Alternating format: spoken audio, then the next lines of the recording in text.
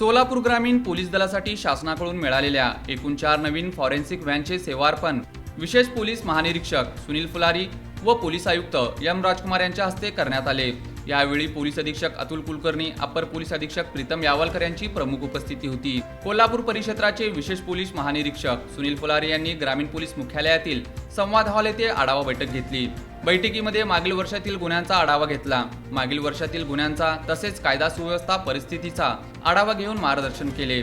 सोलापूर आपत्ती व्यवस्थापन विभागाकडून नैसर्गिक आपत्तीच्या कालावधीमध्ये आवश्यक असणारे आपत्ती व्यवस्थापन किटचे पोलीस विभागास वाटप करण्यात आले। यावेळी प्रत्येक गुन्ह्याच्या घटनास्थळावरील महत्त्वाचे पुरावे घेऊन ते आहे या स्थितीत तपासणीसाठी पाठवण्यात येणार असल्यामुळे पुढील काळामध्ये गुन्ह्यांच्या दोषसिद्धीमध्ये वाढ होणार असून नागरिकांना न्याय मिळणार आहे, असे मत मान्यवरांनी व्यक्त केले।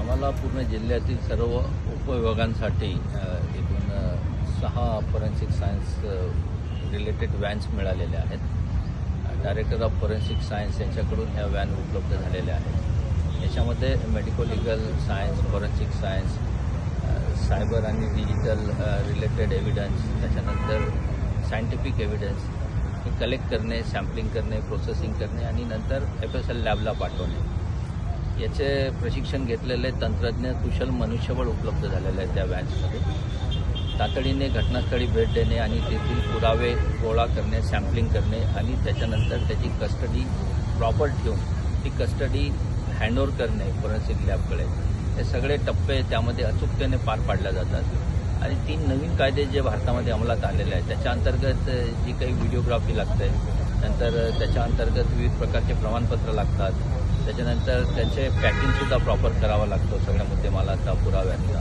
हे सगळं चांगल्या प्रकारे आता होईल अशी आम्हाला अपेक्षा आहे आणि याचा फायदा पुढे कन्व्हिक्शनमध्ये सुद्धा होईल, कारण एकूण खटले जे आहेत आधुनिक तंत्रज्ञानावर आणि त्या पुराव्यावर आधारित उभे राहतील आणि कोर्टामध्ये ह्या पुराव्यांना जास्ती मान्यता मिळेल, कारण ते सगळे सायंटिफिक एव्हिडन्स आहेत। आणि जर कन्व्हिक्शन वाढलं तर जनतेचा नक्कीच न्यायावरचा आणि पोलिसांवरचा विश्वास वाढेल।